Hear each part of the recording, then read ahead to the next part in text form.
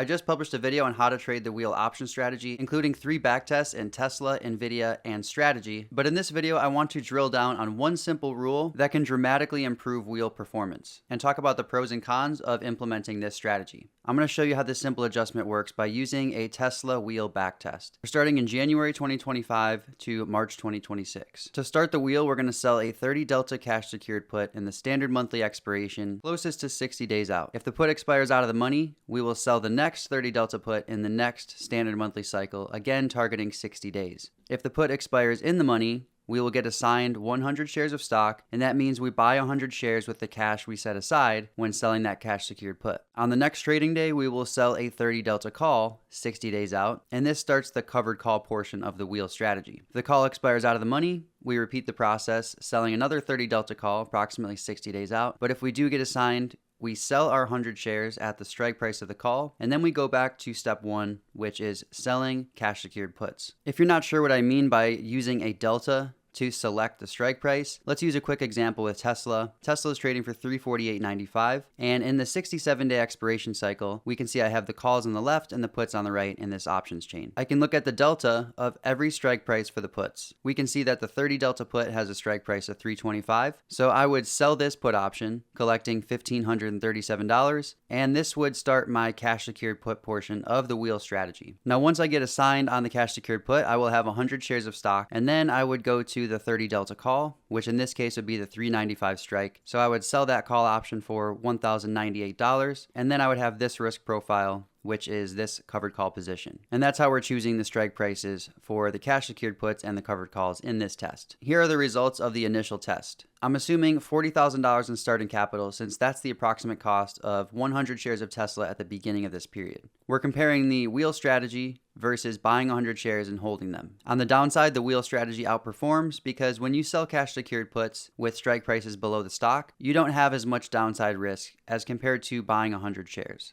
But then we can see the wheel strategy struggled on the upside when the stock price recovered. On December 16, 2025, the buy and hold approach was over $51,000, while the wheel strategy was just under $43,000. So big underperformance there for the wheel. Over this entire test period, the buy and hold appreciated 5.8%, while the wheel strategy essentially broke even. But why did the wheel strategy underperform so heavily when the stock price recovered? When we look at this trade summary for all the puts and calls that we sold, we will see that we got assigned on the very first put that we sold, which was at the $345 strike price. And this means we bought 100 shares of Tesla at $345. But then the stock price collapsed, and when following the rules of this test, we were selling a $275 call option in June of 2025. But the stock price went way higher, ending at $322.16 when that call expired. And so that means this call option expired in the money, we were assigned on it, and therefore we sold 100 shares at $275. And that means we lost $7,000 on that share transaction. And that's because we were doing something that I like to call selling underwater calls. If we look at this chart, we're looking at the Tesla stock price versus the wheel strike prices in this test. The orange lines are the put strikes, the green lines are the call strikes, and any diamond indicates that we were assigned on that trade. Here we see we got assigned on this $345 put because the stock price was below it at expiration. Then we sold this call option, but the stock price went way lower, and this call option expired out of the money. But now with the stock price way lower, the 30 delta call option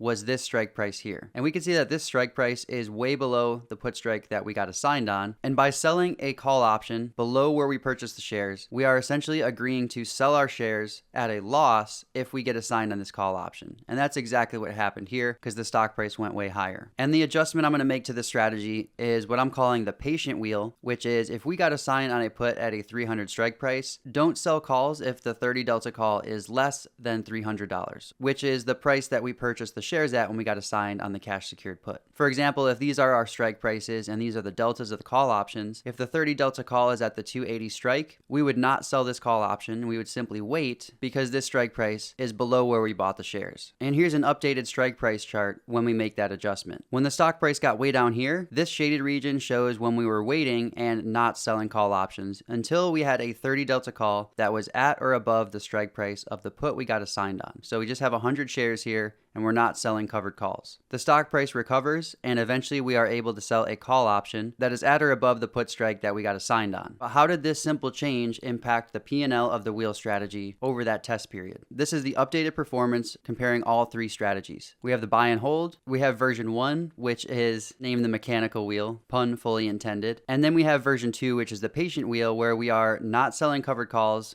unless it makes logical sense to do so, and we can sell a 30 delta call above the price that we acquired the shares. And when we adopt that simple strategy, we can see we have massive outperformance relative to the buy and hold and the version 1 of the wheel over this test period. The buy and hold earned 5.8%, the first version of the wheel made no money, and this updated version of the wheel made 35%. And all we're doing here is not taking a bad deal by selling a covered call that leaves us with a no profit potential position. To visualize what that means, let's assume I got assigned 100 Tesla shares at $425 a share. And then I'm going to the 30 delta call option in the 67-day expiration cycle, which is the 395 strike call. If I sell this 395 strike call and I go to the payoff graph, we will see that at every stock price, my P&L is negative.